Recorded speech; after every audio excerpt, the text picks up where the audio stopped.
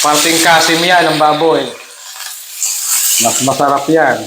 Sisingkot siya muna natin para malambot na malambot yung kanyang taba at laman. Wow! Nakita niyo kaya, bula kang maigi. Kasi mga... What's up, mga kabudaw? Tayo muna yung mga maraka at tayo magluluto ng Bicol Express. First time natin magluluto, tatry natin.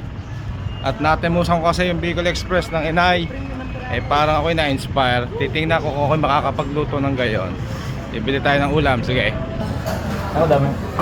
Tingnan mga kung kalahati, marami na kakalahati. Marami na ano?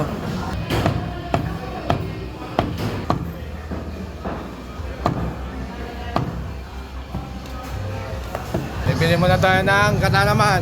Okay, bibili tayo ng gata. Siyempre sa mga gata, ang mamay bibilan. Amay, pabili akong gata. Yan po ng piga. Yan. Bili tayo ng gata. Tayo magagawa ng ano eh. Ano ba kanyang lulutuin? Bicol Express. Wow, masarap yan. Ay, maganda din sa palengke eh. Mga fresh kasi binibili. Bumili ako ng halagang 50 gata. Nagkakasya ko lang yung aking budget, yung 500 ah. Ang gata ng mamay si Rio. Iyan ang malasa ang mamay.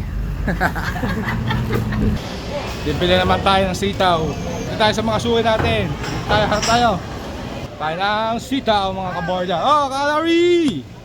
Hala na kayo, shout out! Bibili tayo ng sitaw ha. Ate, bigyan mo nga ate ng isang bukos na sitaw diyan. Gano'n nga ang gayat na rin? Sige, lagi. Siling berde. Bili tayo ng sibuyas at saka bawang. Siyempre, hindi mawawala yan.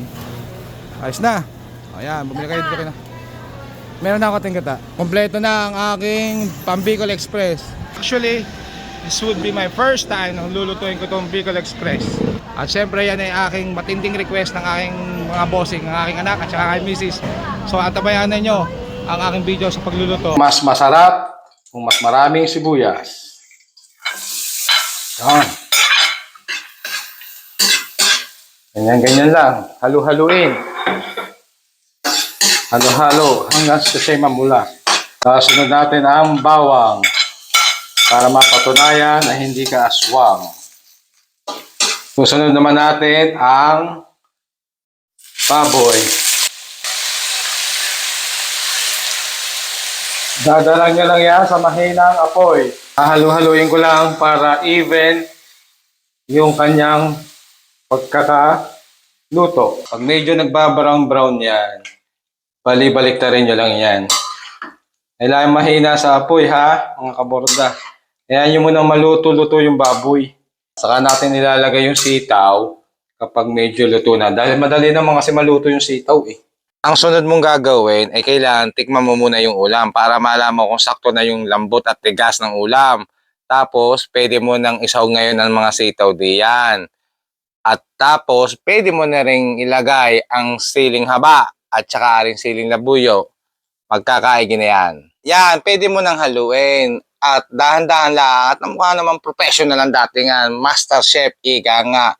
Tapos, pwede mo nang ibuhos. Ay, dahan-dahan din lang diyan sa gata. At pag napasubra, ayan, inahilab sa tiyan. Yung tipong sakto lang para kasarapan. Wow! Nakita nyo kaya, bula kang maigi. Nakita nyo gang sabaw na yan. Saka yung sitaw. Nakita nyo kaya.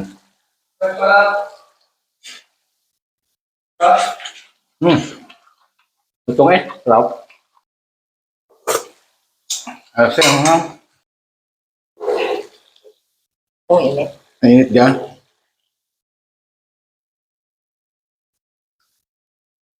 Panchi. Ansi, sarap.